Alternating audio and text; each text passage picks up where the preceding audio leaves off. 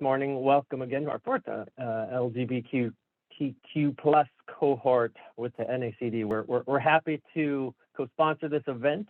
I am Jobin Fadi. I am a partner with RSM based in San Francisco. I also lead our Pride ENG at RSM with over 3,000 members in the United States. I want to just talk about, of course, the importance, and we're going to get into a great panel discussion, which will be led by Fabrice. A couple of things that really will tie in from the last time to today are some more specific initiatives that really align with today's topic that are extremely important that we continue and further and support within our membership as we work with clients and colleagues such as yourselves in defining how to make a difference in the lives of people as they progress through their respective professions, and as we hope to continue that progression right up to the boardroom. And one of those is the empowerment program. What we're trying to do is provide our membership with the opportunity to participate in meaningful, functional areas of expertise that align industry. As a firm, we work with almost every industry, and as we have professionals who align with those industries to basically intersect their participation with an ENG in a work setting. It includes coaching. It includes, presenting to those groups out in the community where there's an intersection between industry importance and the functions that they serve. So we're starting to spin these up around the country in our 14 major markets. And again, it's called the Empowerment Program. And it basically teaches you how to incorporate this part of your identity into communication and articulation about your value to an organization, not from just a functional perspective, not just from an affinity perspective, but both at the same time. With that, we're going to have an interesting panel covering many of these topics that should be hopefully informative and helpful and encourage active participation. I'll turn it over to Fabrice, who will introduce himself and the panelists. Thanks again for joining today and participating. We appreciate it very much. Well, first of all, Joe, thank you so much for your support to this series, and Lisa, Danielle, Valerie, thank you so much for all the efforts you put in making today possible. I have to say that I'm very excited because we have an incredible panel today. I wrote in my message to them that LGBTQ plus people on board are unicorns. And so getting 3 of them that are rather successful in the board world is an amazing opportunity. And so the way we are going to structure it is that we are going to have a bit of an exchange for 30 to 40 minutes, and then we will open it to Q&A. And if there is no question from the audience, then I will just ask questions to Rob about his private life. But to get started, well, first of all, we have Paula Boggs with us, which is a great privilege. Paula has had an incredible career with very distinguished engagement in public service. She famously served on the Presidential Committee for the Arts and Humanities, resigned in a very public manner when Trump came to power. She was general counsel and corporate secretary at Starbucks. So she has had both a public service and private sector career. She used to be on the board of Fender before, but now she's on the board of Avedi. And if I remember well our earlier conversation, she chairs the nominating and governance committee on this board, so a very important position. So thank you so much for accepting to join, Paula. We really appreciate. Paula had a bear in her garden, but she still courageously agreed to be on the panel today. And then we have Rob Smith. Well, Rob has created the Fluid Project, which tries to gain acceptance for gender fluidity in the workplace, and that's a topic that is growing. As you know, now 7.2% of Americans self-identify as LGBTQ+, and a lot of them fall in the category of non-binary and bisexual. And so the work that Rob has been doing is tremendous. But besides that, Rob is on the board of Steve Madden, and has been for a long time. And he chairs the CSR committee, which is a newly created committee, but also serve on the nominating and governance committee at Steve Madden. So thank you very much for joining us from New York, Rob. And then Adam Stanley. Adam Stanley is the most overboarded person on this call. I mean, I wouldn't say overboarded, because as you know, a lot of board members have 7 board seats, and Adam only has 3. But Adam serves on the board of GATX, where he serves on the audit committee. On the audit committee. But he's also recently joined the Church Mutual Insurance Board. And he's also on a 3rd board, but now, of course, I'm blanking, which is Adam? UBS, the Trumbull Property Fund. So that's a lot of boards for one call, you know, between the 3 of you. So I'm extremely grateful that you joined us. And so to jump in our first question, Paula, you had this career in public service, you had this career in the private sector. When did you start thinking about corporate board service? And did it come naturally to you, or was it something that you had planned in the past and you knew that at some point you would like to serve on a corporate board?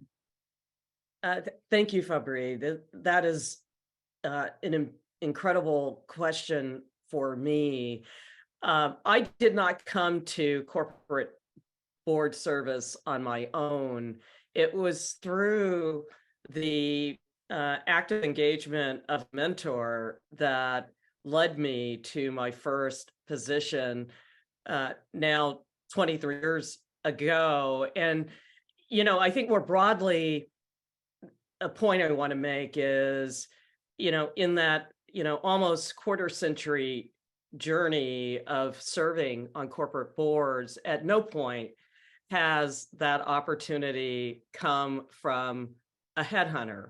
In every single case, it has come from either a relationship formed from a nonprofit board, or a relationship flowing from employment, or the third category would be someone who, though we did not work together, we have some work experience in common. And it is only those 3 sources over the course of 23 plus years. And so in the case of my first board position, which was a NASDAQ company called Pinnacle Holdings, Inc., I was serving at the time on the board of Johns Hopkins University.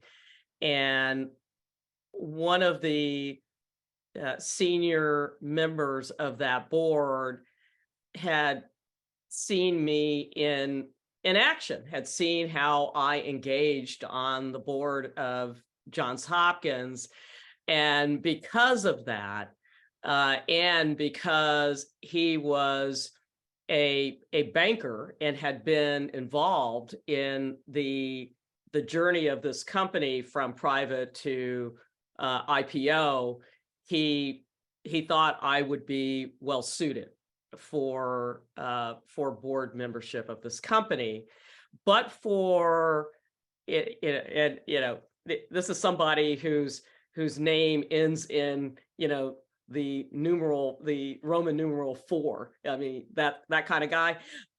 But for him, and him somehow seeing a younger him in me, I never would have gotten that shot. And I think, at least in my life story, the first board position is the hardest one to get, because you're trying to persuade a body of people that you can do something that you've never done before.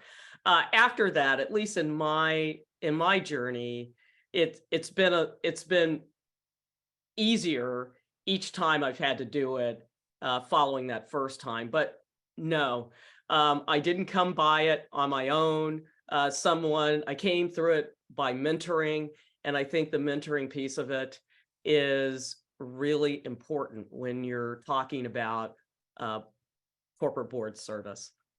I love that. And when we did that small survey of our members, the vast majority cited knowing the CEO or knowing a board member as being their entry point rather than recruiters.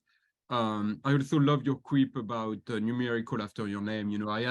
I added my middle initial on LinkedIn because I heard that it's more professional, and I might add a numerical at some point. Thank you so much. So Adam, you have also actually served on a lot of nonprofit boards. Was that in any way helpful to your experience in the corporate board? And can you tell us how you landed your first board seat? Yeah, I think it's interesting. So I will say that I thought, because a lot of people told me this, that nonprofit board service was a great training ground for public boards. I may be different, but I must say that I don't think that's the case at all. And I feel really awful saying that. But it may be because the nonprofits that with which I was involved weren't necessarily robust, highly governed. They certainly didn't have audit committees and all of the complexities. But I think that what it did do, and this ties to Paula's comment, is it does actually create connections.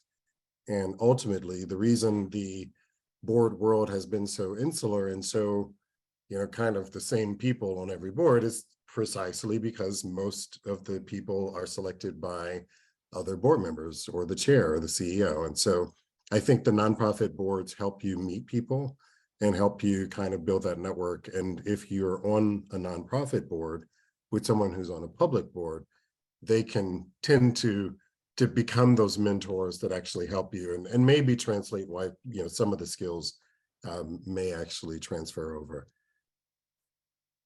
So I have another question for you, Adam, which is one of the things that I heard recently is that serving on the audit committee is kind of a selling point for minorities, and that a lot of minorities that have difficulties getting on the board are actually kind of saying, well, look, I could serve on the audit committee.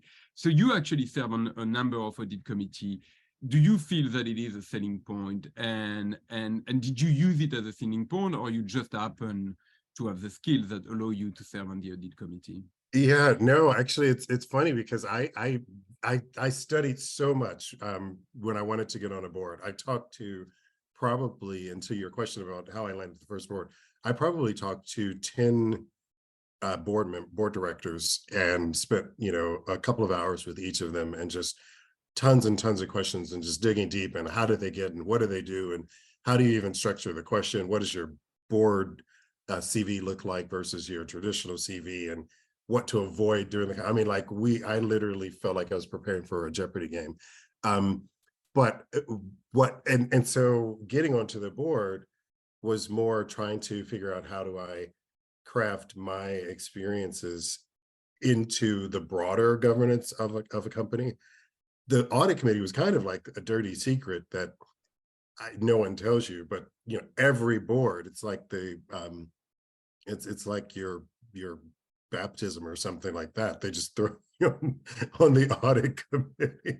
So on both of my first stock related boards, I'm on the audit committee, and I will say, Fabrice, when you first start, especially if you come from technology, they just say audit because you're cyber, and then over time they think, oh, you actually manage big P&Ls and big budgets, and you can actually look at the financials as well. And so you have to kind of, however you get in the door, you kind of earn your seat at the table and truly involvement in the major conversations based on kind of what happens next.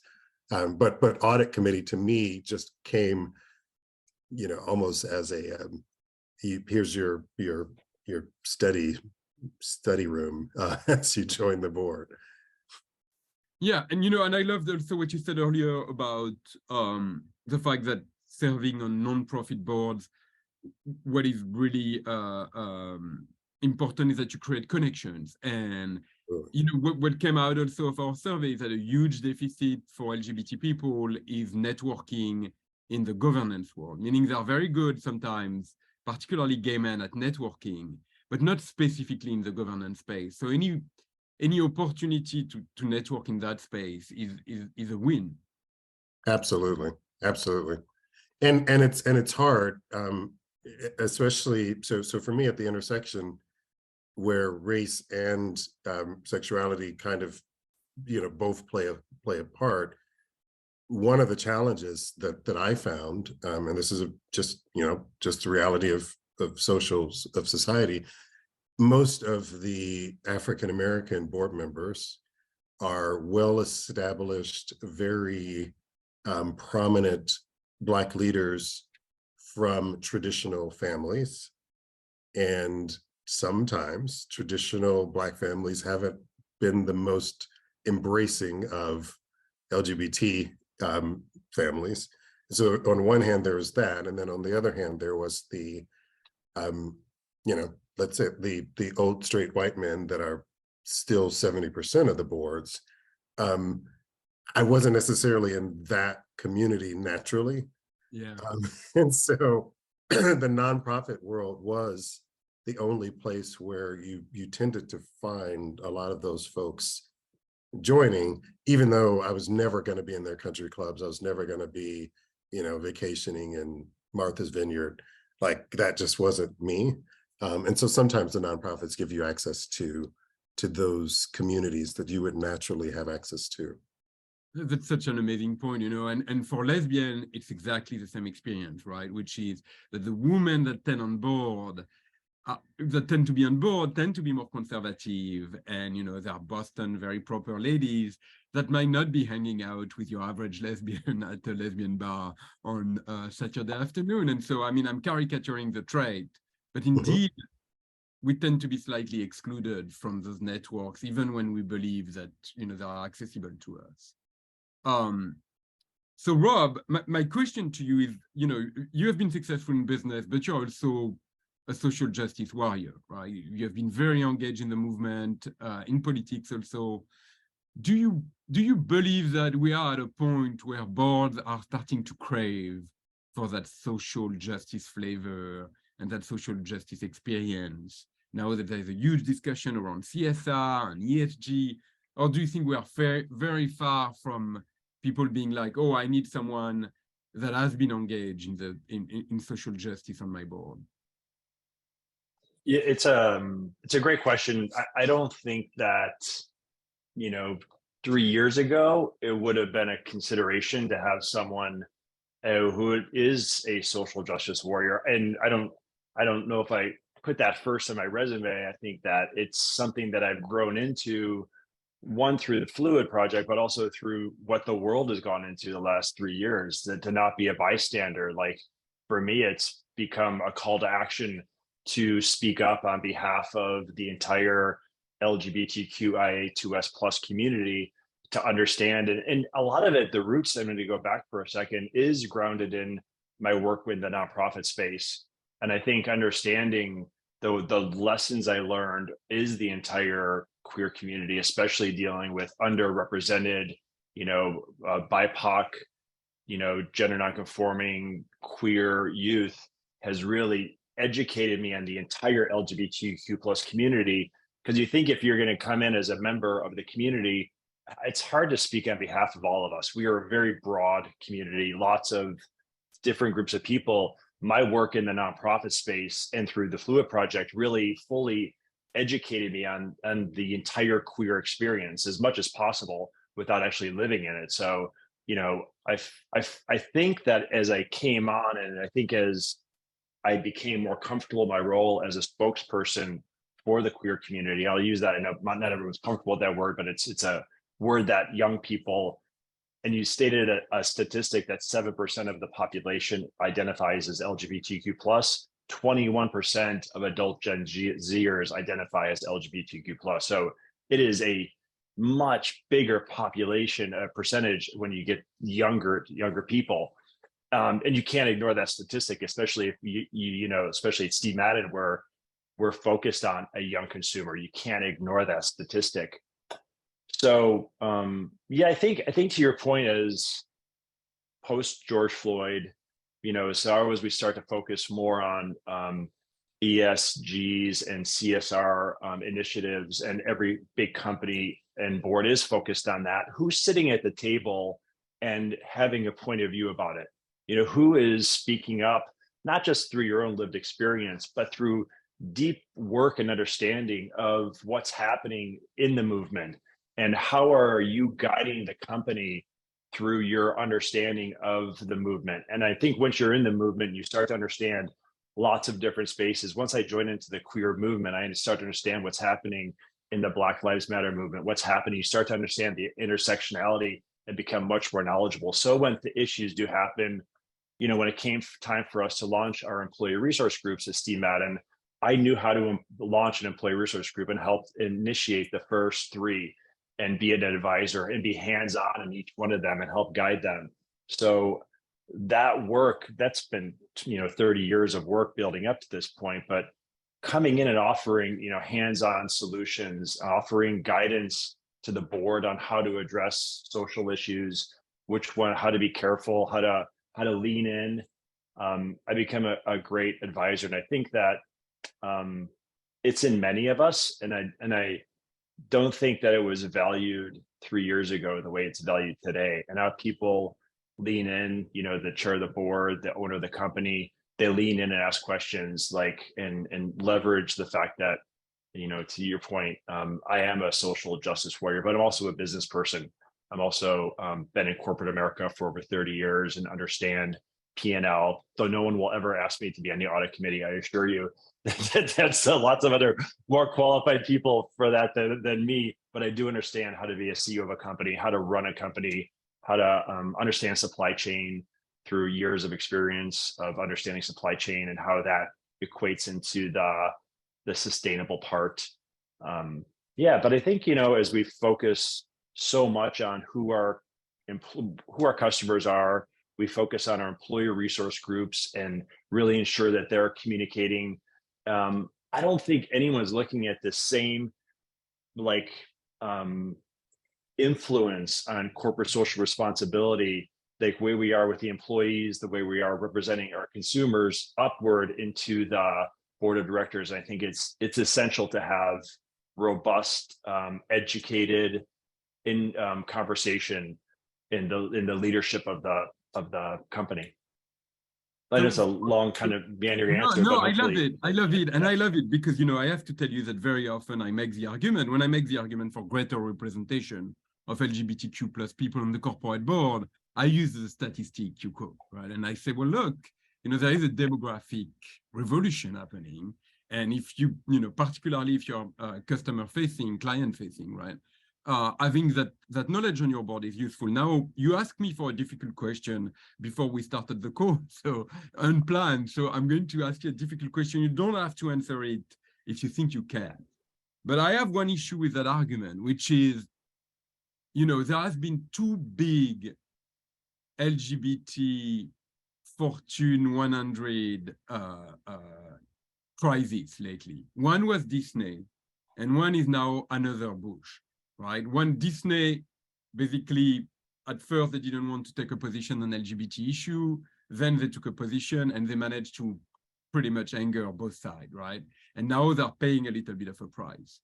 And now another Bush, as you know, has had this issue with a trans influencer. They did the same thing, right? At the beginning, they angered one side, now they're angering another side. Well, there's a specificity about those 2 companies, which is that they have a lesbian on their board. In fact, I mean, they had, right? Susan Arnold was the chair of Disney, and you know, Michele Burns is on the board of another Bush. I mean, I think I'm mispronouncing this, but we will blame my accent. So what do I respond?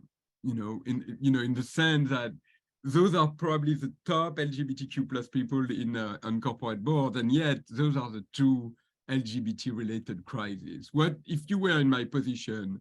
You know, of course, I never talk about it, but if I had to talk about it, what should I say?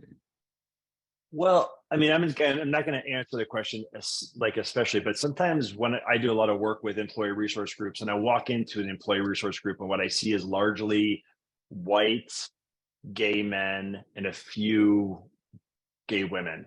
And there's an expectation that these groups of people are going to reflect and represent and have a voice for the entire queer community. And that is a very large intersectional community. And that's your experiences are limited based on who you know and what you've experienced. So I think to expect a lesbian who's maybe in 50s or 60s to understand the queer community, the trans community, gender nonconforming community, the young, queer growth, like which is the spurts, like bisexuals and pansexuals. It's a large. I think it's going to take, if we're going to sit as a board member and represent the entire LGBTQIA2S community, it means learning and deeply understanding the community, the intersectional aspects of being what it means to be queer and Black, queer and brown, and then understanding gender and gender and the T in LGBT, which largely is a confusing concept for many gay and lesbian people. So I think the answer is that we're going to lean on one person to have an answer for the entire queer community is a lot. So that's where we have to leverage our outside resources and ask questions and understand the simple fact that we don't have all the answers and that we can't have all the answers, and to go to people who do have the answers.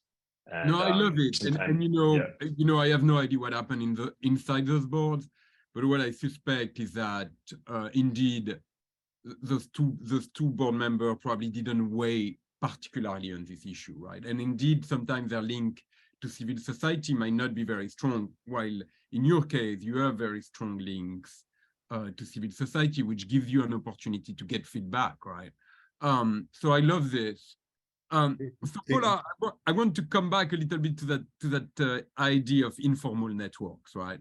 So you've probably been on some of the most prominent boards. A presidential appointment is an incredibly prominent board. Do you think you have reached a point where now you are part of all networks, and particularly in the governance world, meaning if you go to a place like the NACD, or if you go to a conference that is related to governance, you really feel at ease and you feel that there is no barriers to you being part of that group?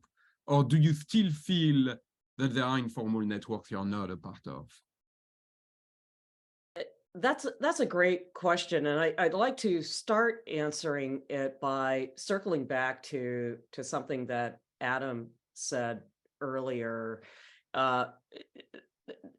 In my experience, not all nonprofit boards are equal. There are certain nonprofit boards that are more likely to be feeder boards, if you will, to corporate boards. And in my life journey, I have had the good fortune of being a member of some of those kinds of nonprofit boards. I've already referenced Johns Hopkins University. University boards tend to be an example of the kinds of boards where even if you've never served on a corporate board, there are many members of that board, that nonprofit board, if you're on a university board, who are currently or have in the past served on corporate boards. Symphonies are another example of boards where a percentage, perhaps a large percentage of those board members on the quote nonprofit board also serve on corporate boards. Your city YMCA often is one of those boards. So I wanted to circle back on that because I agree with Adam. There is, there are, many nonprofit boards which you'd be hard pressed to find a single member who is also a corporate board member. But there are other boards where the opposite is true. And in my life journey, I have had the good fortune of, at a very early age, becoming a member of those kinds of boards. So let me start with that.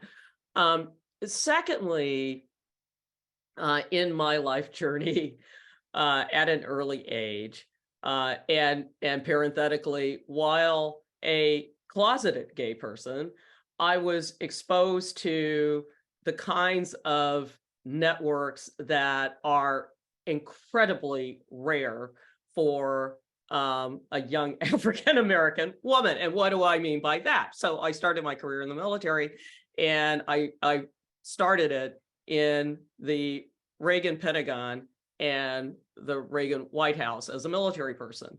Well, when you are, a 20-something in those kinds of settings, and in my case, often I was the youngest, the only woman, the only African American in those settings, you learn, it's sink or swim. You learn how to adapt yourself, if you will, to environments that will lead to your, initially survival, and then, if you're lucky, you learn to thrive in those environments. I'm actually in the process of writing a memoir right now, and in it, I talk about my time in the Reagan White House, working on the Iran-Contra investigation. And I talk about this guy I met. We were colleagues. We worked together on investigative stuff arising out of Iran-Contra. Well, as I say in the memoir, of course I had known white people before meeting this guy, but I never met a white guy like this guy until that moment. And what do I mean by that? This guy he came from a family like, the Bushes or the Kennedys. I mean, he was the kind of guy who attended, the most elite schools. He smoked the most expensive cigars. He belonged to, the most elite male clubs, right?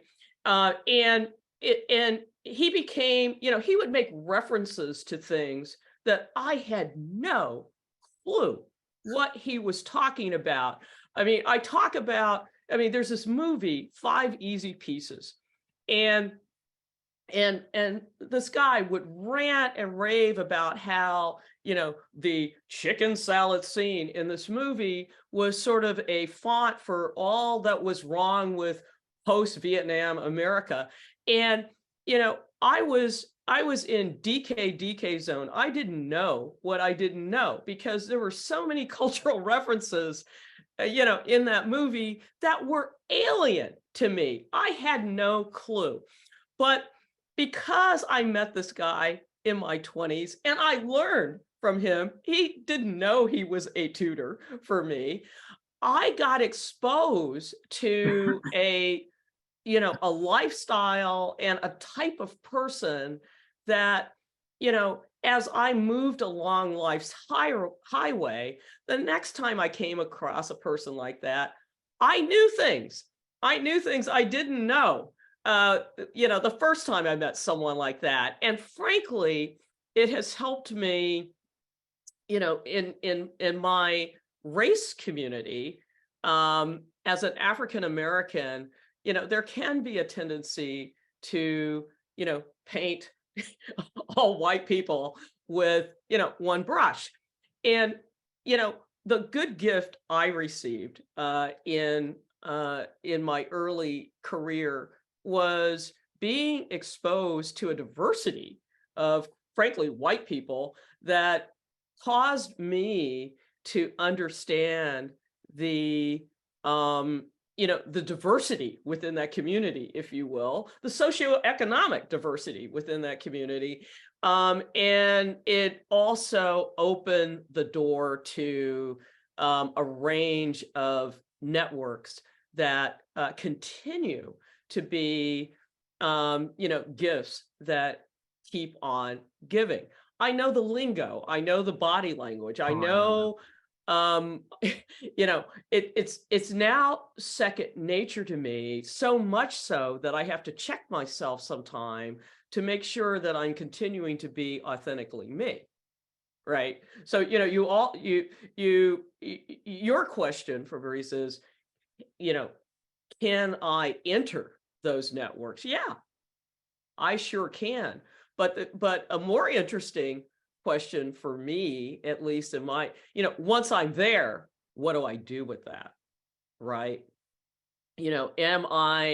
Once I'm there, am I doing the things to make it easier for that person behind me who may not have had the quilt of life experiences that I have, who needs that lift? Am I doing that?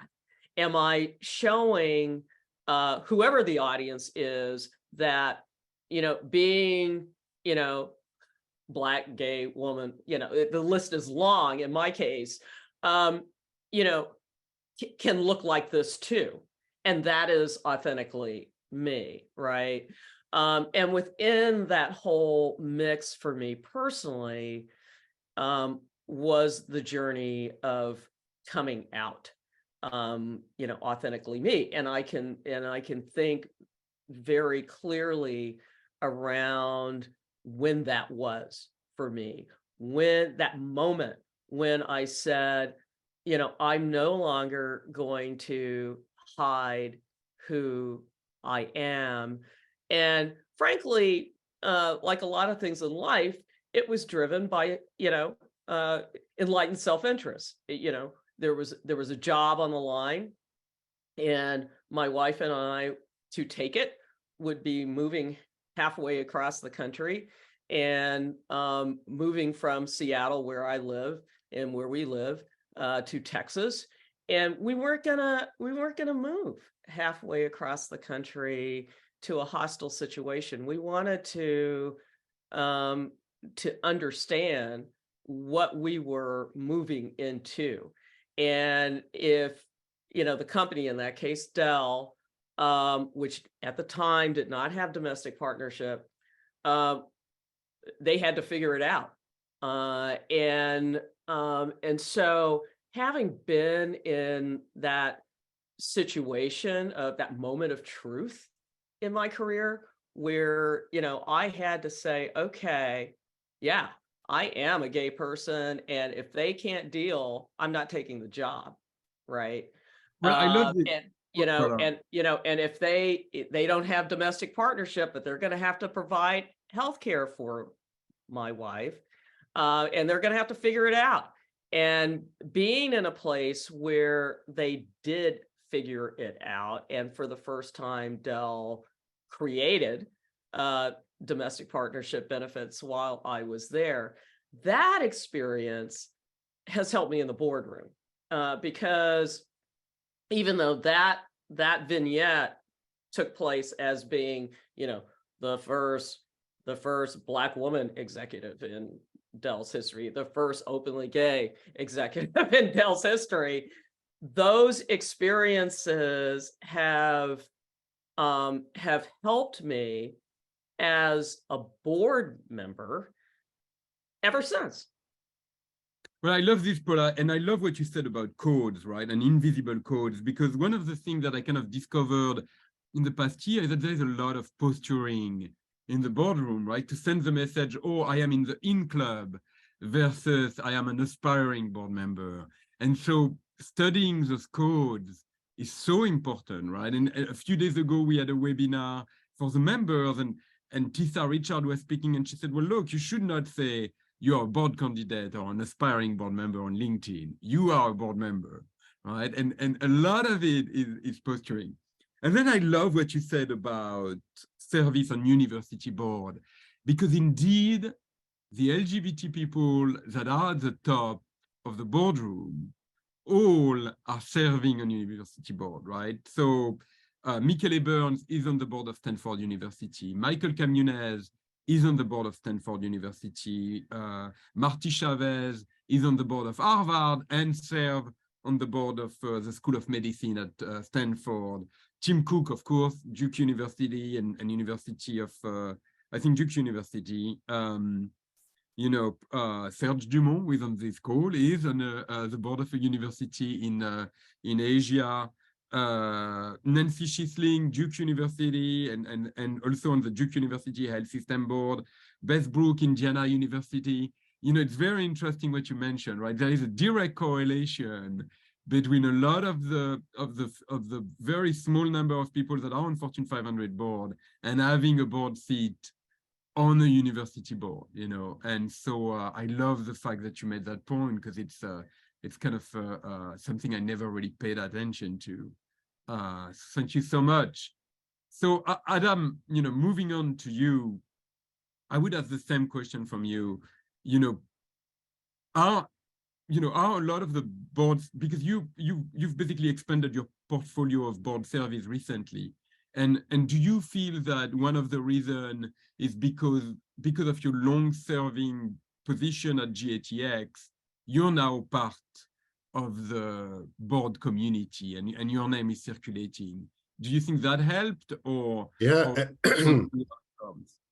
Yeah, I think that's a great question, and actually tying your question to Paula's comments, and actually the tough question that you gave to Rob, I think the challenge for any of us serving on a board that wants to use their unique voice to advocate for something, you know, so I feel that I need to be the guy in the room that reminds them of the importance of thinking about their people in certain ways, and that reminds them of the importance of the E and the I and not just the D, that reminds them that, you know, that they have to really think more broadly.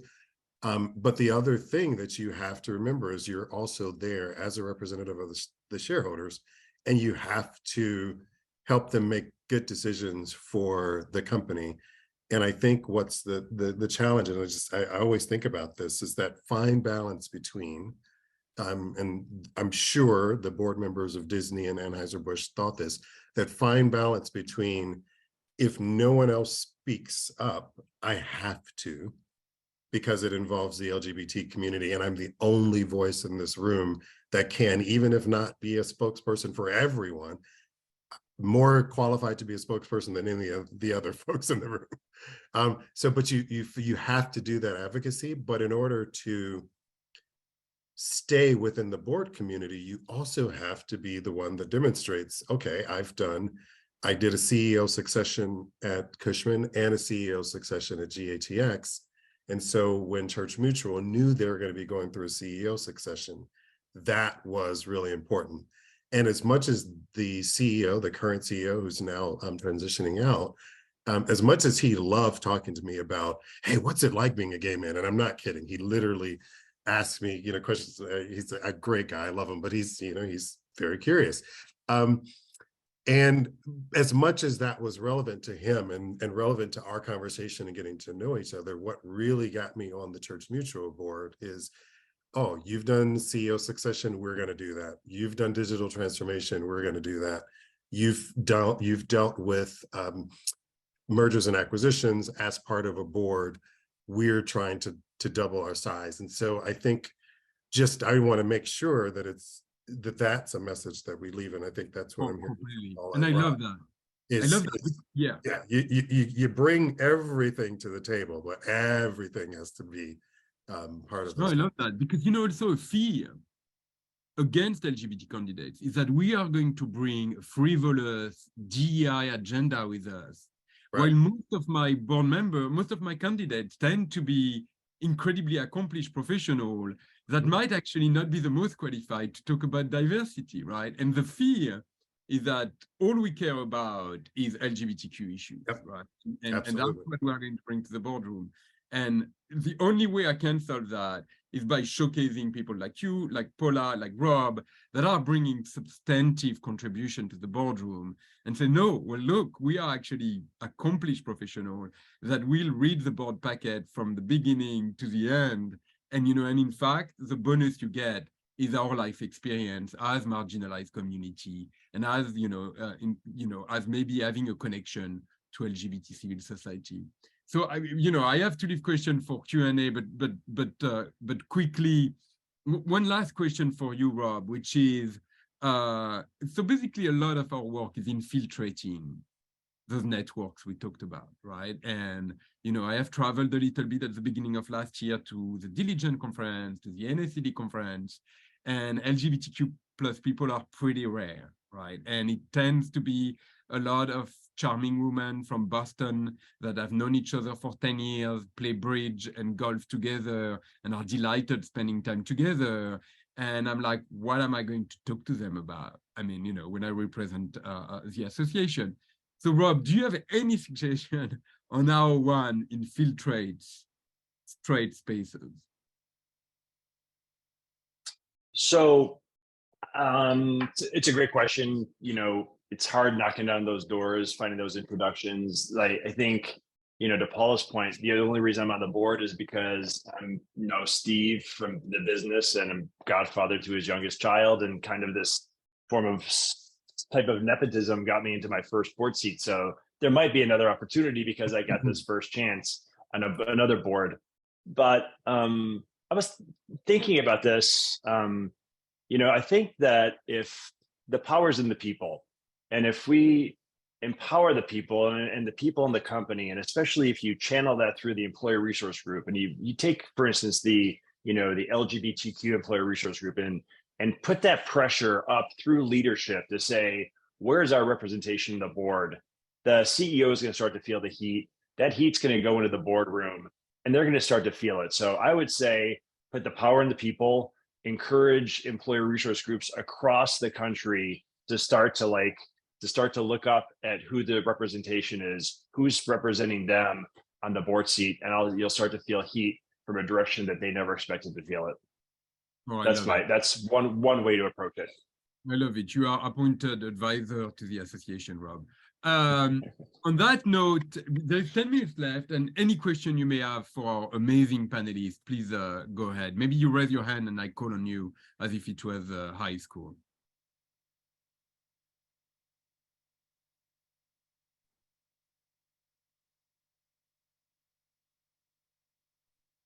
We have a hand up. Oh my God, please, Taja. That was awesome. So hello, good morning, depending where you are, good morning, good afternoon. My name is Tahar, the J is silent. Paula, it's great to see you again. I'm driving, so I'm not on camera. I want to speak to this space that we talked that really resonated with me, being a veteran, being the first, being in the room, being a serial entrepreneur, and passionate equally about LGBTQ issues, veteran issues, women issues out of the great state of Texas. I want to, how do you do that dance? And this is to anyone in the room, Paula, Adam, or anyone on the panel can add to this. When you're more prominent for your leadership in these spaces, and yet you bring a plug of knowledge. For me, it's cybersecurity, it's governance, it's human capital compensation, it's an audit room. How have you balanced that value? So to your point, you can be heard before there's perception that you're going to go and be a disruptor in a good way, as they say, good trouble. I'm curious, how do you navigate that and balance that where You stay at the forefront of your community who know you're going to do the right thing and being good stewards of that opportunity. But at the end of the day, it's all about the bottom line, and you really can help company streamline their bottom line and drive revenue to the market quickly. That's all I have. I mean, to Har, I would start with one of the things that I tell my mentees is I have this 1-3-5 philosophy, which is you should never be doing more than 5 things at a time. 3 things you need to be really, really known for, so that anytime they're talking about them, they invite you into the room. And one thing you should just be able to really hang your hat on as the only person that could have created this or done this. And in that 3, I think it's fair. And my goal would eventually be to make my 3rd, which is currently people and general leadership, be more specifically DEI and people and managing more diverse communities. But you can clearly make that one of your 3 expertise. And then if your other 2 are cyber and something else, then that becomes your portfolio. And my goal is always to have a few board members on each of my boards who will call me and the CEO. And that's one of the things I'm proudest of. It's the number of calls I get from the CEOs who are like, hey, Adam, we're going to talk about this at the board. I'd love your take in advance. That's really what you're trying to do. So I would say make your passion one of your 3, but just make sure that the other 2 are as prominent and as known, so that they're not just asking you about the diversity pieces, but they're asking you about the other stuff as well. David? Thank you for that. Thank you. Hi, Fabrice. Thanks. It's David Young here. I'm based at the moment in Washington, but spent the last 30 years living in different countries in Europe and have been getting into some board work. And I work in product positioning and branding. So my question comes from the sort of unique selling point angle. With increasing interest in diversity, everybody keeps hearing about that. Could somebody talk a bit about the successes or maybe challenges that they've had by using being part of the LGBTQ community as your unique element I'm just curious about the degree of, or the boards that are interested in that, or have boards actually not at all but interested in that, and to what degree could we as either existing board members or aspiring board members use that element in our profile?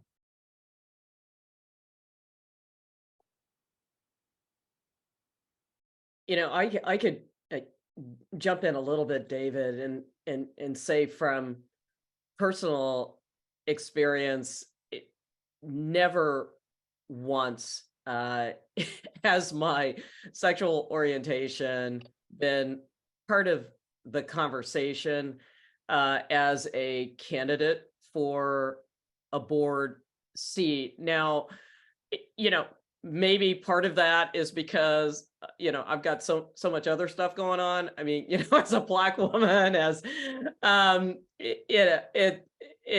it tends to, people, it's human nature. People, go first with what they can see, right? It's just a story of human nature. I think in my case, as a queer board member, the most important thing I've been able to do is speak to intersectionality, because I'm like the poster child for that. So I have been able to sensitize my fellow board members to the fact that this this Asian American may also have a physical disability, right? We're the whole notion of intersectionality becomes more normalized when people talk about it, right? And without an expression of it, it's one of those things that people, most people, whoever you are, it's not front and center, right? And so one of the unique things I've been able to do, importantly, in language, both verbally and body language, that is not alienating, if you will, helped people, a diverse range of people, move forward on that journey. And the second thing I'll just say about it is having two people in the room is always easier than having one person in the room. And it doesn't matter whether you're talking about a corporate board room, or frankly a room of senior executives, right? And the good fortune for me at Avid Technology when I first joined that board was I was the only openly gay person, but I was not the only BIPOC person in that board room. There were two Korean American board members who were very, woke, if you will, to that identity. And I wasn't the only woman in the boardroom either. And so, I had this other thing about me that was unique to me in that boardroom, but it helped having those allies with respect to other aspects of my identity. And Paula, this may make me seem like a petty person, but the other thing that I do use, and someone talked about fabulousness earlier, I don't apologize for the fact that part of my gayness has led me to be a better party planner and socialite than anyone else on the board. And so for both GATX and Church Mutual, within the first 6 months, I became the de facto social chair for the board, migrating them from steak and potatoes dinners, every board dinner, to like fabulous places. And that gained me people on the board, friends on the board that I wouldn't typically have considered friends. So, I mean, use your gifts, all of them. Thank you so much. I think we could continue this conversation for a very long time. Rob, Paula, Adam, I'm extremely grateful you took the time to talk to us today. It was really fascinating. I mean, there's a lot of takeaway from me. I think about what Adam said about the 135. I think about the fact that I'm going to recommend to my candidates to engage with university board. I love what Rob said about the fact that we cannot be the voice for the entire community, but maybe we can have the connections to bring these voices in the boardroom, and I think that's very important. I cannot thank you enough, and thank you also to everybody that came today. And knowing Lisa, we are going to have a cohort, another cohort, LGBT cohort coffee soon. So I look forward to seeing you. And please don't hesitate to email me if you want to be in touch with Paula, Adam, and Rob, or if you have any question. And thank you again. It was a pleasure seeing so many friends today in the room. Ciao.